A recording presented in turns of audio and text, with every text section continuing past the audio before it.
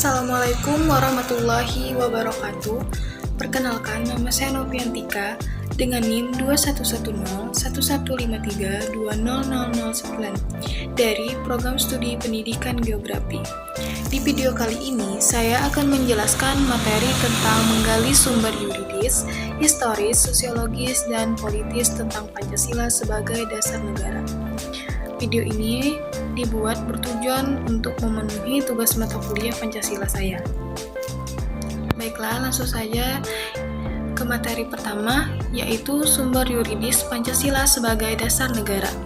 Secara yuridis, ketatanegaraan Pancasila merupakan dasar negara Republik Indonesia sebagaimana terdapat pada pembukaan Undang-Undang Dasar Negara Republik Indonesia tahun 1945 yang kelahirannya ditempa dalam proses kebangsaan Indonesia melalui Undang-Undang Dasar Negara Republik Indonesia tahun 1945. Sebagai payung hukum, Pancasila perlu diaktualisasikan agar dalam praktik berdemokrasinya tidak kehilangan arah dan dapat meredam konflik yang tidak produktif atau pimpinan MPR dan tim kerja sosialisasi MPR periode 2009 sampai 2014.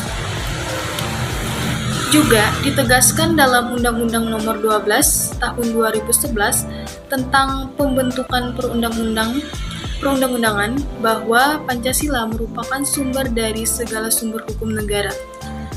Penempatan Pancasila sebagai sumber dari segala sumber hukum negara yaitu sesuai dengan pembukaan Undang-Undang Dasar Negara Republik Indonesia tahun 1945 bahwa Pancasila ditempatkan sebagai dasar dan ideologi negara serta sekaligus dasar filosofi bangsa dan negara sehingga setiap materi muatan peraturan perundang-undangan tidak boleh bertentangan dengan nilai-nilai yang terkandung dalam Pancasila atau pimpinan MPR dan tim kerja sosialisasi MPR periode 2009 sampai 2014.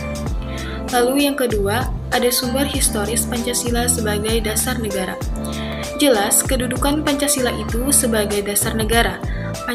Pancasila sebagai dasar negara dibentuk setelah menyerap berbagai pandangan yang berkembang secara demokratis dari para anggota BPUPKI dan PPKI sebagai presentasi bangsa Indonesia atau pimpinan MPR dan tim kerja sosialisasi MPR periode 2009 sampai 2014. Pancasila dijadikan sebagai dasar negara yaitu sewaktu ditetapkannya pembukaan Undang-Undang Dasar Negara Persatuan Republik Indonesia tahun 1945 pada 8 Agustus 1945. Pada mulanya pembukaan direncanakan pada tanggal 22 Juni 1945 yang terkenal dengan Jakarta Charter atau Piagam Jakarta.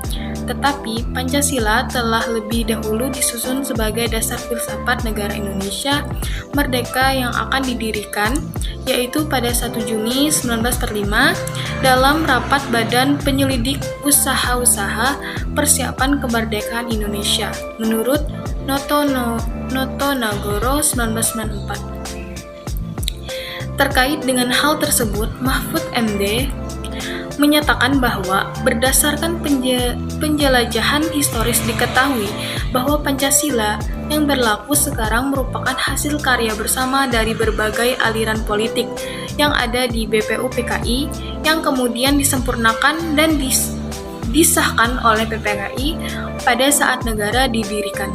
Lebih lanjut, Mahfud MD menyatakan bahwa ia bukan hasil karya Muhammad Yamin ataupun Soekarno saja, melainkan hasil karya bersama, sehingga tampil dalam bentuk isi dan filosofinya yang utuh seperti sekarang.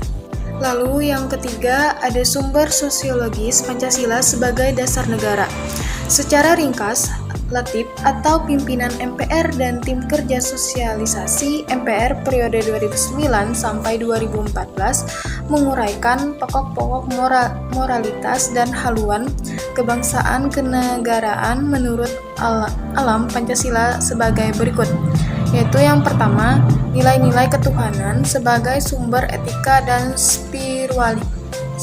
spiritualitas dianggap penting sebagai fundamental etika kehidupan bernegara.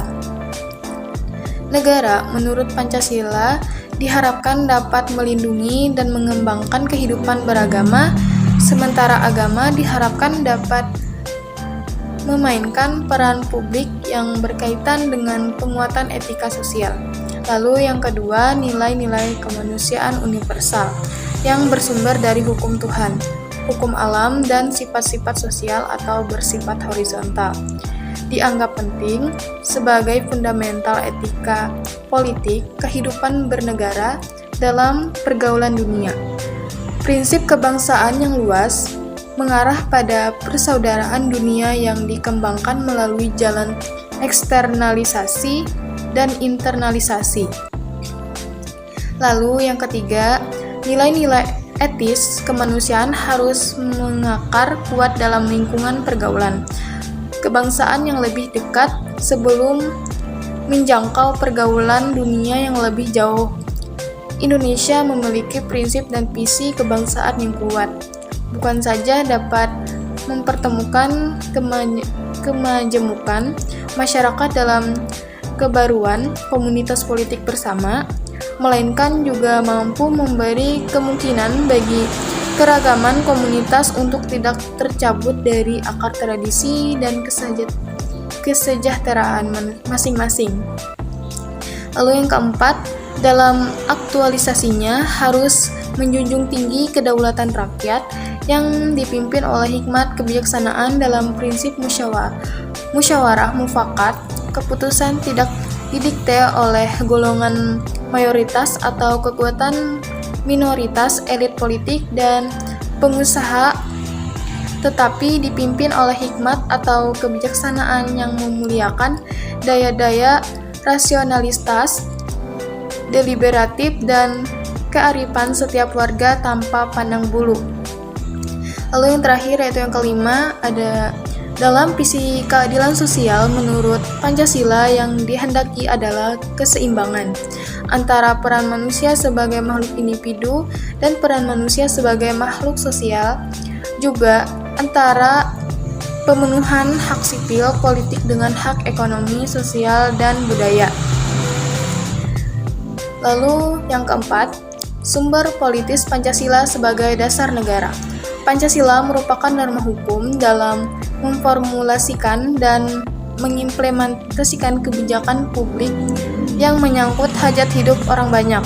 Di sisi lain, bagi setiap warga negara yang berkiprah dalam infrastruktur politik atau sektor masyarakat, seperti organisasi kemasyarakatan, partai politik, dan media massa, maka Pancasila menjadi kaidah penuntun dalam setiap aktivitas sosial politiknya.